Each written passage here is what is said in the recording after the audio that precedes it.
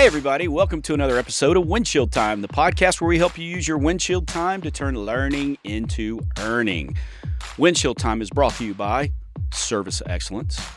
I'm Chris Elmore, your host. Joining me remotely, but again, as always, is my friend Harold James Walker Jr., also known as J-Dub.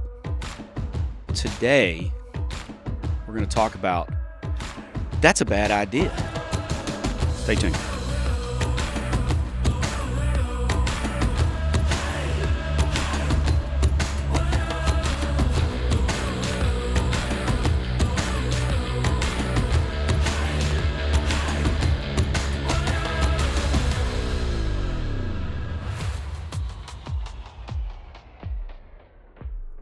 I don't even know if Alex cuts that a little there. wink. I guess you cut it there. You had a little wink. I like that wink. Did I do a wink? Pointed at the camera. I think I did a shooter too, and hopefully that didn't happen at the same time. You did a shooter and a wink. I did a wink and shooter, and it's worse when you do a wink and double guns. So yeah, double guns. It's double guns in any form is just bad. You know, until it loops all the way back around and becomes good. So bad it's good. I'll tell you who had a great double guns. Who? Bill Paxton. John Wick. Not Bill Paxton. Oh. Who am I thinking of? Kevin Kline? No. Give me the movie. He was Chet in Weird Science, the older brother. Oh, dude. And he was in... what am I, 54? Was he in Twister? That's Bill Paxton. Bill Paxton. Okay, that guy. Yeah. Bill Paxton. Yeah, that guy. Yeah. I just remember him from... Aliens. He was in Twister. What's the one? True Lies? Yeah, well, I got a couple other buyers on the line, but because it's you, that's great. Right, that's double great. Guns. So speaking of Bill Paxton, great. Yes, most famous person you've ever met at an airport. Oh, at an airport, Rob Gronkowski was standing behind me coming out of Las Vegas. Yeah, I was with you on that one. Yeah. Okay. Remember that? Yeah. So here's how I remember it. I walked down to get a sandwich at the little thing down from our gate. And we were traveling with a bunch of work people, and we all got there early trying to get on the flight right before ours to get back to Waco early or get back to Dallas early. And we'd been there for a convention, and we didn't make it. It was too late. And so all of us were sitting there. Well, I got hungry because it was going to be 2 hours for our flight, boarded. And so I walked down, and I decided I'm going to get a sandwich. So I order my sandwich, just a little kiosk thing, right? And you order in the front, you go stand around the side, and they give it to you. So I ordered and went around, stand around the side. And while I'm standing there, I feel somebody walk up behind me and block the light. Right. So I turn around and look, and there's what I thought was a college kid sucking on a smoothie from a smoothie place. And he's wearing sweatpants. He's got like a backpack over his shoulder. He's wearing a hoodie. He's wearing high-top shoes that are not laced up. And I'm thinking, this kid's a college basketball player.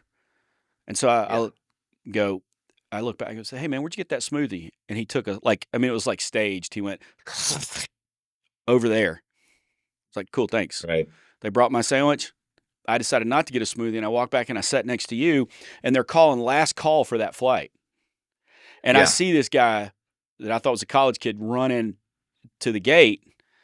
And as he's turning to run by the chairs to run down to go to the thing and show his boarding pass, I ask you, J-Dub, who is that guy? You went, that's Rob Gronkowski from the Patriots. That's right. Do you remember that? Yeah, I do. I remember it a little bit differently, but I do remember that scenario. Yep. I was taller and more handsome in your memory, right? Yeah, I was about to say. When he blocked out the sun, he's a big guy. I don't know how tall he is, but he's 6'5", 6'6", something like a big that. Dude. He is no big guy. Paul Petskavich's, though. He's not. No. He's not. For those of you who don't know, Paul is one of our coaches, and I say he's 6'10", but he always corrects me. I'm 6'9 3/4. But that's Paul. Yes. He's very precise. He's very precise. He's a great dude. So anybody else? Not at an airport. I met Warren Moon once at a Houston Rockets game when I was a kid. And I was a huge Houston Oilers fan, and this is before they left, and he went to become a Minnesota Viking. Nice. So this was back in the run, Love You Blue era. And I was standing in line at a Rockets game, and I turned around behind me, and Warren Moon was standing there with one of his like body men or whatever like that. You know, you always travel with somebody so you don't get mugged by fans. Yeah. But I turned back around. I was like 11 years old. I was like, that's Warren Moon. That's Warren Moon. He was my hero, man. I loved Warren Moon. He was great. That's awesome. What about you? You Get met back to the anybody airport. Anybody famous? else at an airport? Who have you? Okay, let me change it again. Who have you met Yeah. and actually talked to, had a conversation with? Not other I don't know than, if man, I really love I don't you. And want you know. to do that kind of thing. Anybody? Yeah, I don't know. I might have. It just doesn't come to mind. I probably haven't met a lot of people. Probably a lot of people would say me that they've met. I can guarantee almost nobody would say you, except your wife and kids, and maybe me, because If they had I've their own seen you at airports podcast. before. Um, but no, it's always a surprise when I see you in person somewhere. Yeah, it It's is. unbelievable. Well, tell me. You obviously have a story here. I want to hear the No, story. no, I What did just you thought of meet it like? because of me and Alex were talking, and I asked him, Alex, he's a cinematographer. I asked him, who's the worst talent, or what's the worst talent story you have? And he told me a story about. Current show aside, current show setting aside, right? Oh yeah, no, we're far and away the worst. But Right. so, and it just got me thinking, and I thought, well, I'm going to ask James that when we start the podcast. I would say Oh, I've talked to Mark McGrath from Sugar Ray. I talked to a race okay. car driver from the '90s, Johnny Benson. If anybody ever used to watch NASCAR, he was there. I met him in the Waco airport one time, and we struck up a conversation. Wow. He started showing me pictures from his camera that he took, and stuff like that. Talked to Mark McGrath, real smart guy. Um, I've seen tons of other people, wrestlers. Yeah. Three Dog Night, band from the '60s. Jeremiah Wow. was a bullfrog, Yeah. Um, I saw Nancy I've Lopez. probably seen I saw Nancy Lopez, who's the who's Nancy golfer. Lopez. She's a Oh, golfer. okay. I've probably seen a lot of people. I just don't know a lot of people unless they're Well, like it's funny super because me and well Nancy known. Lopez were sitting at a cafe at the Atlanta airport. It was 9:30 at night or something like that. And she was sitting at a table Yeah. doing some work on her computer. I had papers around. I had my laptop open. And just our eye line is I'm looking at my computer. She's looking at her computer. But if we just looked up a little tiny bit, we were Yeah. looking at each other from about 30 feet. Yeah. So I'm sitting there and I look up and I see her and I recognize her. It must have showed on my face because she looked up at me and she went Yeah. like this. She nodded her head and then she put her finger over her Nodded. lips like, shh, because she didn't want me to say anything. Right. Right. But probably my favorite one is I flew in first class to Denver from Dallas, and I was the only one on the plane until the door Major almost flex. shut. And then the Wailers, Yeah. Bob Marley's band, got on. Oh wow. And I got a contact high just from Yes, the marijuana exactly. coming off their clothes. Sure. But I got I mean, it was awesome because I'm talking about songs to them that I used to listen to, or that I was Yeah. still listen to. But I was back when I was a teenager, I was really into reggae, and Yeah. so it was great to talk to them about those songs and all that kind of stuff. So that Were was you a cool, pothead Fokker? huh? Were you a pothead Fokker? That's from Meet the Parents. Really? Is that what it's? I've never seen that. You've never seen Meet the Parents? No, is it funny? Uh, yes. Anyways, See, so Robert De but Niro, Ben here's the Stiller, thing. Owen Wilson. This is the circle of trust, Greg. Oh, you have seen it. You have seen If it. you're outside the circle of trust, you want to be in the Right. circle of trust. Insect of Trust. Right. That's exactly right. Don't So use that, good. Alex. All right. So I don't know. It's just cool when you meet people. You meet famous people, and do you find that when you meet people, it doesn't meet your expectations when you meet famous people? I don't know. I don't. I am like one of those people. If I've seen people in the grocery store or like at a restaurant or something when we're out in Vegas or California or something, I don't ever go and talk to people even if I like really like I'm them. I not that know, way and I either. think it's great to like say like, "Hey, I just appreciate you" or whatever. But like I don't like gagaing over people. I think that they don't What if like it it. was Lady So Gaga? I'm like, I would need to see what she would look like. I couldn't know if don't know if I could place her. I know who she is. I don't know if I could place her without seeing a picture of her first. Gotcha. Okay. Fair But enough. that's what I'm saying. There's probably a decent number of people that I have seen because we travel. We used to travel a ton and travel to all these places: San Fran, Cali, Yeah. Los Angeles, whatever. Well, But yeah, I I've seen just, people across the airport or, been walking mm, on a plane and seeing somebody sitting in first class. Probably my coolest first class experience the Whalers was great, but also I sat next to Mark Kelly, the astronaut. He's the oh, husband of that's Gabby cool. Giffords. The Sure. congresswoman, she got shot. Yeah. No, Yes. big gun control people. Um, Yeah. but it was when he had just recently returned from being on this International Space Station. Space And we're station. talking. Yeah. I'm asking him questions about it because it was funny because people were getting on the plane and they were like, "Oh, thank you so much. I love what your wife's doing." And like, really, we were going to Phoenix, and every other person was stopping and talking to him. And finally, Yeah. they shut the door, and we start to taxi. And I went, "Hey, man, I'm sorry, but who are you?" Yeah. And That was he probably the said most refreshing conversation of his he day. said I'm Mark Kelly, and I'm like, and he's the astronaut. Oh, okay, yeah, cool. You have a twin brother. Yeah, he's also an astronaut. So we started talking. He pulls out his iPad and he Yeah. starts showing me pictures he personally took from the International Space Station. Wow, So that's that was cool. cool. That was cool. If you Probably believe in that type of thing. the most.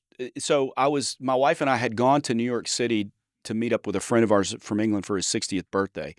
Him and his wife. We spent a couple of days with him. We were out to eat one night, just me and her, at this great little place that was recommended by our hotel around the corner. And it's the east side of Manhattan, the Lower East Side or Sure. whatever. I don't know what that means, but that's where we were.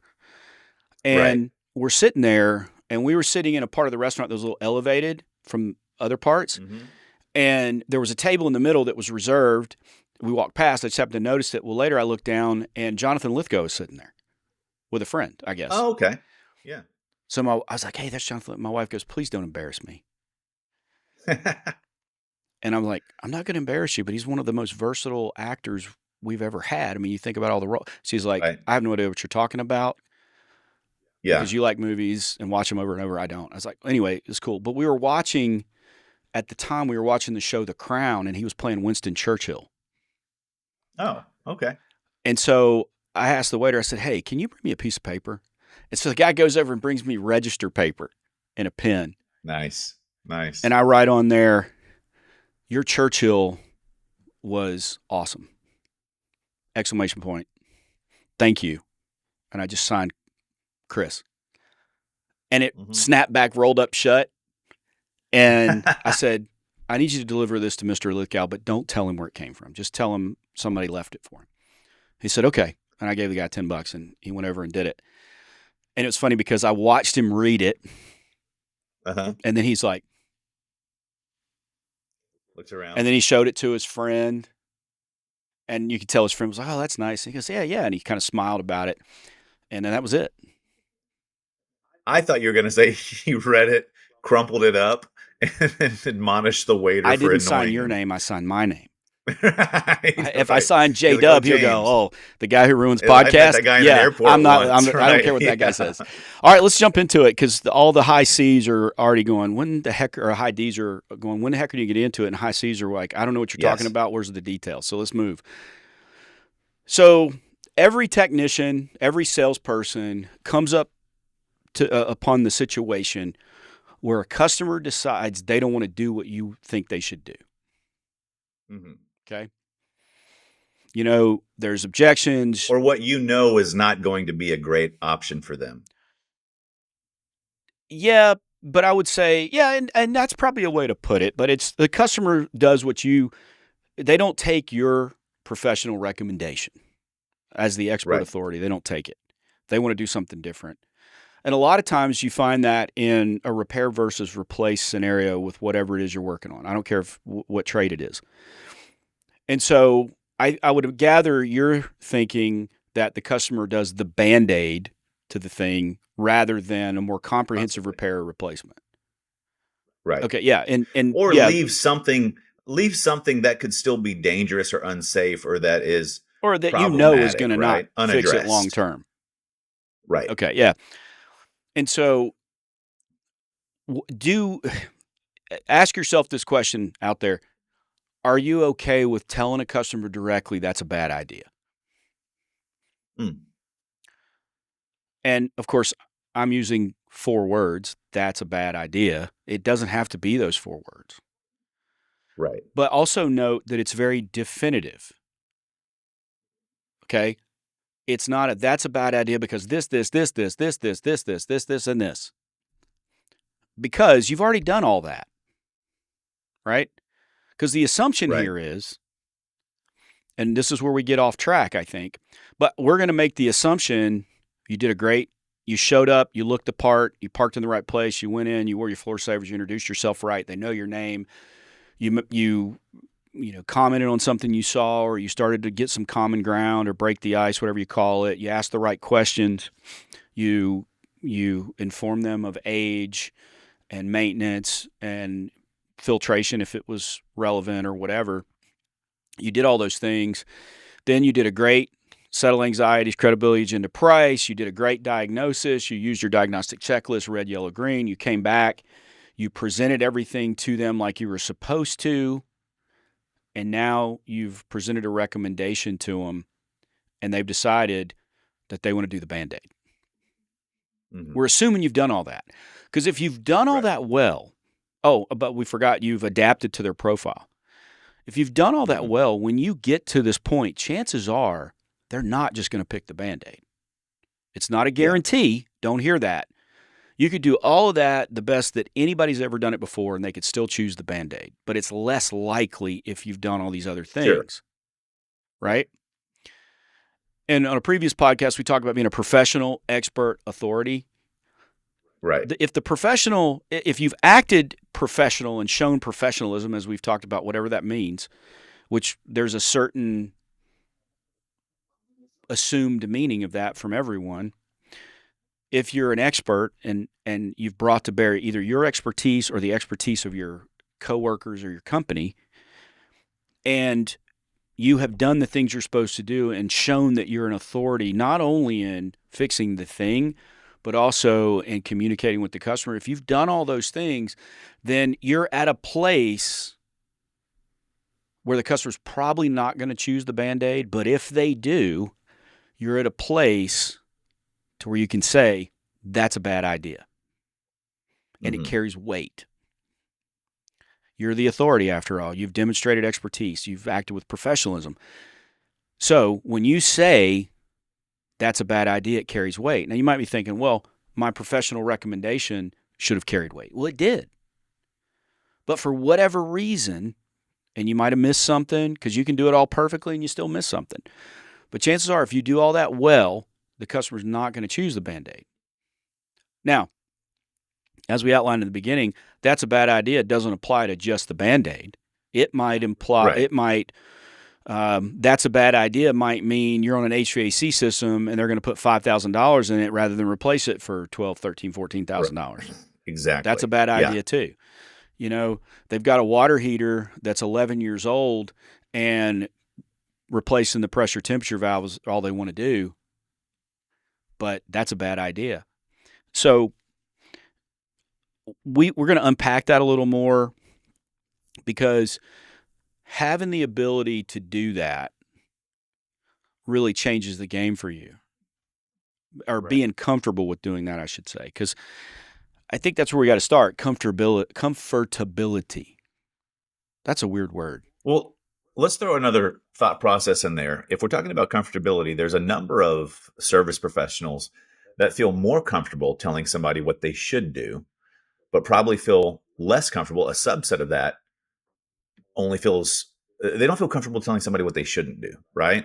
Because they're like, hey, I think you should do this. But telling somebody they shouldn't do something, that's a whole different subset of confrontationalism or of relational, trust you have to have built in, because denying somebody what they want is different than affording somebody what you feel like they could need. Yeah. Right. That's good.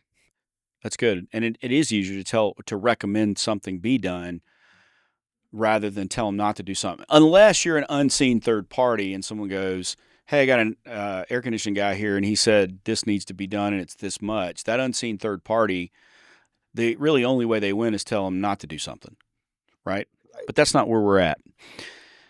So having the ability to do that is one thing, but getting used to it and adapting to that so you don't feel uncomfortable doing it, that's a whole different story. Doing it in a way that the customer actually buys into it or absorbs meaning. Yeah, but I think we don't even get there a lot of times, because I think the customer pushes, our own feelings push us off of defending that position. And defending sounds like we're at odds with the customer, but honestly, if the customer wants to do something different than what should be done, that's the best thing, you are at odds. You have a difference of opinion. Right. But your opinion is informed because you're a professional, expert authority. The customer isn't. The customer might Right. be a YouTube expert, right? Sure. And so you have to defend that recommendation because if you don't, then what was the point of making it in the first place? Right. Right? What was the Hmm. point? I may and this might be a stretch, but here's what just came to me. You know how sometimes you have situations where customer doesn't go for something, the technician might call a manager, the manager says, "Well, we can do it for you at how about if we just do it at a discount for you to go ahead and get you to do it today?" Right. Well, why wouldn't you give me the discount to start with? Why do Right. you give me the discount because I'm saying no? And so it can feel like that sometimes if you make a recommendation, the customer says no, I'm doing this, and you go, oh, okay, well then why did you make the recommendation in the first place? Why don't you just throw them all out there and let the customer choose? Right. But again, that's part of the issue is that we should never. And I'm giving you my opinion right now. And I know maybe in the comments people say that's stupid. You shouldn't do that. There's tons of other gurus out there that would say, oh, no, you got to do this. But I want you to consider for a moment your professional responsibility because there we go. Professional expert authority. As a professional and an expert and an authority, guess what you have? Responsibility. You have power. And what did Spider Man's uncle say?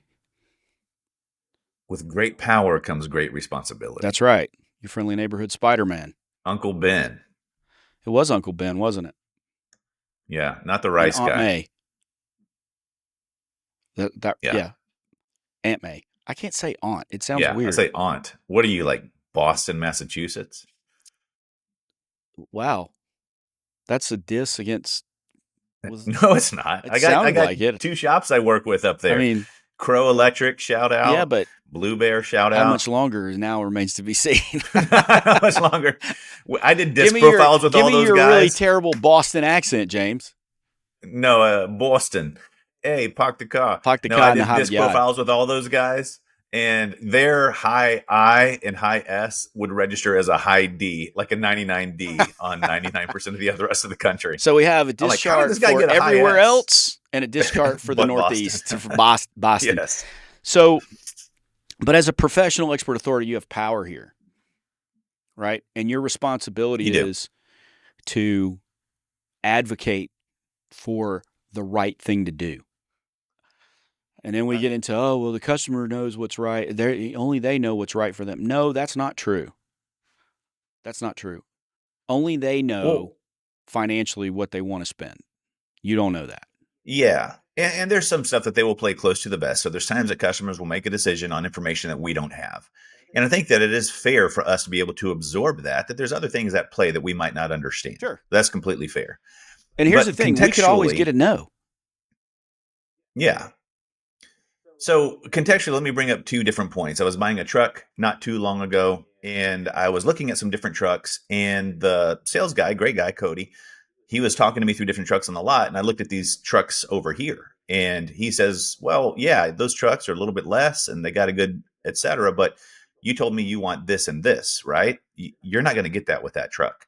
And there was a place where he had context of what I'd said I wanted and needed, and even though that looked more appealing to me, because he had done his homework and he knew what I was looking for, I took his opinion at face value to say, hey, yeah, I guess you're right. I didn't know that that was a liability that I would be purchasing It's a if I consequence of purchased that making a different vehicle. It's a decision. consequence, right? And that's the thing. So I think one of the ways is that, so I just finished training with a group of guys, great group of guys. I'm not necessarily going to say who it is, but one of the guys in there is very upfront in he would say, hey, Susan, that's a terrible idea. I'd never do that. Don't do that. That's wrong. And I believe that there's a place of where if you're a professional expert authority, you can have, if you've done all the other stuff, the ability to say that and have it be well received. There are certain people who just never feel comfortable in their skin enough to say that. Mm-hmm. And one of the ways I've seen guys bring that up is not saying, well, I wouldn't do that. If you put your grandmother or my mother or my sister as the customer, you could say something along the lines of, all I can say, Janice, is if this was my mother's house, I wouldn't do that. And here's why. And there's some place of where, if you said there's more potency behind that, And if you say, hey, if it was my house, I wouldn't do it. Well, there's suspicion attached to Well, the if it fact was that you're your saying house, you you wouldn't wouldn't do do it. that because you would buy the parts wholesale or get them free and do it Right. on your own time at no charge to yourself. So that's not even But admissible here. it's not admissible, right? So one of the ways that you're able to do that is, Susan, I understand the appeal of having a lower dollar amount. If you were my mother and I was in your house working, I wouldn't want you to do that. And here's why. And I think that that mother or whatever could serve as a proxy for the customer, because that's someone they know that we Yeah. care about, that we have benefit for, and they see themselves in the light of being cast as a mother figure or sister figure to us, right? Well, I think what you're talking about is what I said at the beginning. That's a bad idea. It's just that's one way to phrase this. Sure. Okay. How you're saying is a different way to relate to that customer and maybe their particular profile and what they think is the focus and the important and all that. But however you say it, you've got to be comfortable with telling a customer that's a bad idea. And I'm even going to go deeper than that. Sometimes you have to tell them it's a stupid idea without saying it's a stupid idea, because that's what you're thinking. And one of the things that I think is authentic, and everybody wants authenticity, genuineness, that kind of thing. Saying what's on your mind is always, well, it's not always, mostly a good idea, right? If you think a customer is sorry, but a big asshole, I wouldn't say that.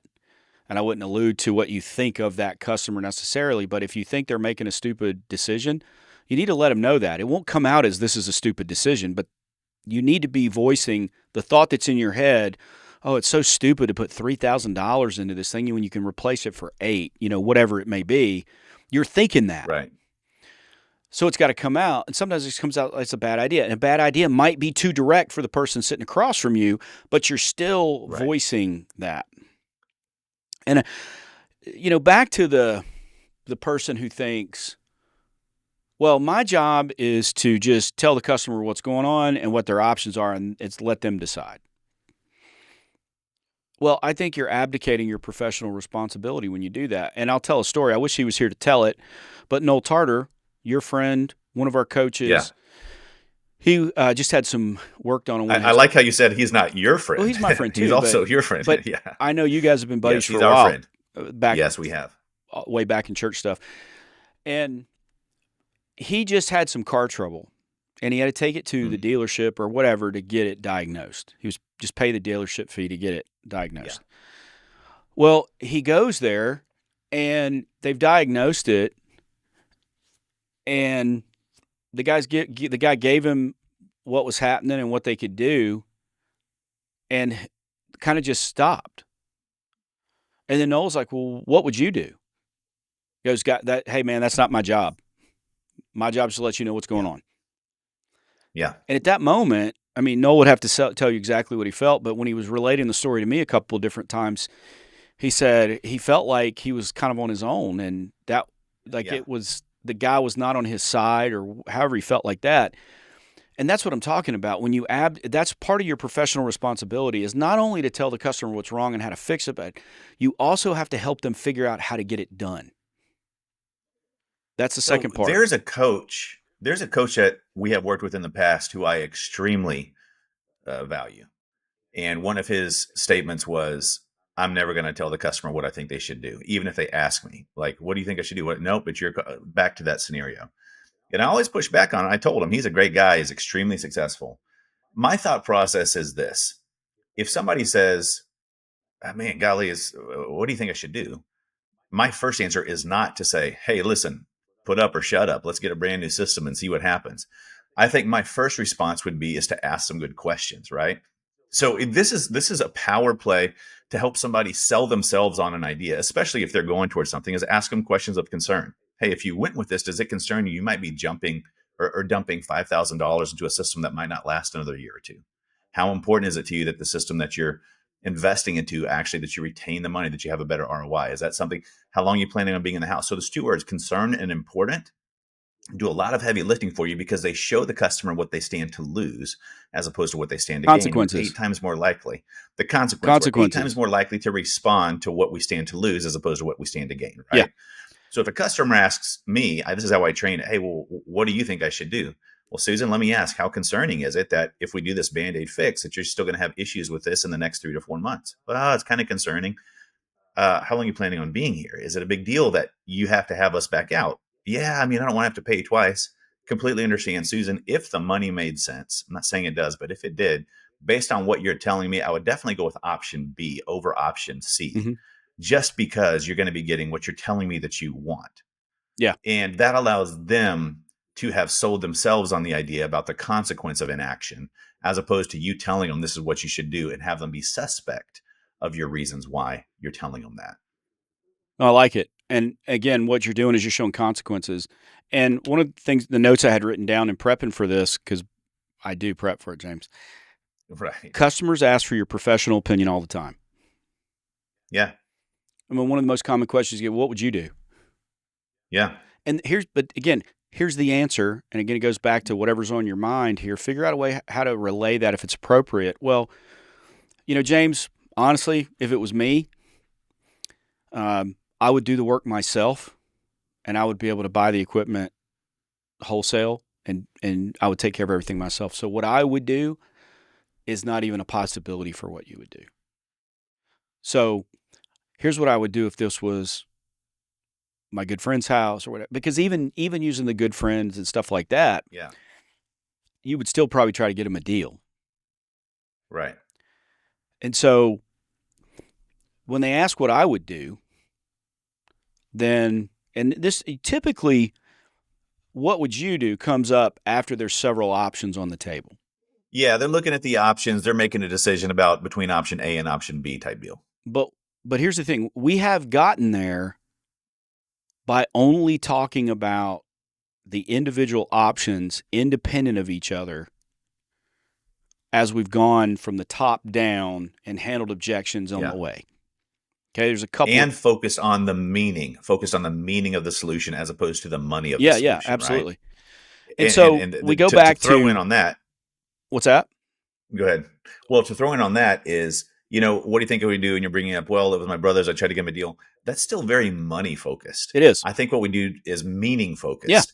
Hey, ultimately, based on you wanting A, B, and C, we're faced with D, E, and F. If the money made sense, then I would definitely go with option B here. Yeah. Because of what you're telling me. But that's where the money has to be secondary. The meaning has to be primary. And they got to come to terms with the money being what it is. Yeah. So as a professional expert authority with that responsibility, you have to help the customer figure out how to get it done. And you have to defend your recommendation as the best. And anything less than the best is not acceptable to you. Now, when I say that, don't hear you're not going to do it. Okay? The customer ultimately says, listen, I believe you. I know replacing it's the right thing to do. And I want to do that. I just can't do that right now. And I need this to work for a little while longer. So that's why I'm doing that. I take a lot of things from a statement like that. Number one, I did my job in explaining why replacement was the best, if that's what we're talking about, that replacement was the best option here. They believe me. There is some physical thing hindering them, or there is a condition that's keeping them from doing it. Okay? Sure. And they've probably told us what it is, or they would probably tell us in that statement, oh, I've got this coming up, and then this happened, and that happened, and this happened. And you earlier said they play things close to the vest, and they make decisions using information we don't necessarily have. And that's true. And it can happen even though. But we've talked about the process of in-home sales and service and all the things that we tell you to do out there. And the reason we tell you to do press play is not because it's a guaranteed yes. Okay? If you do it, I think you can reasonably guarantee clarity. Okay? But when you do press play, it increases your chances of getting a yes because you build trust, you build value, and you gather information, and you get the information that the customer might otherwise hold back. I'm not saying you always do, but following the principles of press play and doing the things, the steps in that gets you to this point, and you increase your chances of getting the work done and getting your recommendation accepted by the customer. None of this is a guaranteed yes. But I would not want to be in this position having not done, being prepared, establishing a relationship and understanding their profile, evaluating with good questions and setting context on things, and then settling anxiety so they know I'm an expert, and then doing a great diagnosis and having a great presentation. If I don't do those things, then I get to this point and I've left a lot of stuff on the table that might help me get a yes or help me get done what I think needs to be done. And if you get to this point and a customer makes a statement like I did earlier to you that they believe everything you said and they know they need to do that, and here's the physical condition keeping them from doing that, okay, then guess what? As a professional expert authority, you do the Band-Aid repair as a professionally, as an expert, because you're an authority. You do that well. Sure. So some technicians get into a situation where they do certain things. Like if you present, and we'll go back to the science of options, which is a whole other podcast that we could probably delve into. The psychology of options says present someone with 4 options. They can eliminate the 2 on the outside and choose one in the middle. Well, that's true if there's no money attached. That holds up. What is it? Psychologically, it'll hold up. But the moment you put money in a situation, then you bring in things like how we read left to right, top to bottom, right? Yeah. And so then you got guys, prices on it. Well, customers still pick the bottom one most of the time. Well, that's because it's all the way on the right-hand side and the bottom right-hand corner of the page. And, people are always going to go there because they know that's where the lowest price is or whatever. Okay, well, let's do this. Let's flip them around and let's do the bottom one, the Band-Aid at the top and the big one at the bottom, the professional recommendation at the bottom. Or let's switch it around and put the Band-Aid on the left and the professional rec on the right. Listen, none of that matters if you haven't done the work up to this point of presenting. Now, what does happen is, and this is where I've been criticized before because I relate it to children, negotiating with children or presenting to children, if you think about it. When you give options to children, you usually present the one that's in their best interest first, you as the adult, right? And you don't add other ones to it because you want them to make a decision on that and you want them to make the right decision and you want to influence their decision on that. It's not until you can't do that that you start adding privileges or treats to it, right? So with customers, when you lay out 4 options on a page and there's money attached, what do you think the instinctive thing they do is? Yeah, if you're looking at 4 options at the same time, you look for the lowest number. You look at the lowest number. Your eyes automatically go to the cheapest. It goes back to the forced buy. The forced buy, you want to spend the least amount of money to get what you need as possible, right? Yeah. So we're already in that negative. There's a negative connotation to that. You're in a forced buy. You have to do something. You have to pay somebody. So if I have to pay them, I'm going to pay them as little as I possibly can to get what I need. And so when you lay it out with 4 options all up front, they're not going to listen to what you're saying about the top one because they already look at the number and think they're not spending that. Yeah. And so that's why it's important in the way you present options. That's why our teaching is always that you're presenting the first one standalone by itself and asking the customer to do it. Okay? Now, I know what you're thinking. But if I do that, I'm not giving them all their options, so how can they make an intelligent decision? They can't make an intelligent decision even if you give them all their options because you're the expert. And without your influence, they're not going to make the right decision overall. Now, you can say, well, they'll make And the right decision for themselves and all that. Yeah, in their perspective, that's what they're doing. But if we're taking it objectively, what's the best decision, the right decision, it's going to be to replace the old thing rather than put more money into it. But that only matters if you believe that. It only matters if you, the technician, believe that this repair is what should be done or this replacement is what should be done. If you don't believe that, the customer's probably going to have a hard time believing it because you're going to have a hard time presenting it that way. And again, that goes to another one. But what you have to do is you have to get comfortable with the fact that you're going to have to tell the customer that what they choose is a bad idea. Now, some people think, well, I would rather get something than nothing. Okay? Well, let's broaden that perspective and take it out to a 30,000-foot view. In standalone in a vacuum on one call, I agree with you. I would rather you get something rather than nothing. I would rather you not walk away with a diagnostic fee or not walk away with zero. I'd rather you not do that. Okay? But in overall 100 calls, okay? Think about it. If you walk away, let's say with 100 calls, you do the Band-Aid every time. And it's $300-$400, whatever it is. You do the Band-Aid every time. And you convert 85 of them. So you got an 85% conversion rate, but your average ticket's only $300 or $400. Maybe it's supposed to be $1,200. Well, now I look at you and I go, oh, well, he walks away with something every time, but something isn't enough. So that's just it in a bigger view. Is in the moment, I'd rather you leave with something rather than nothing.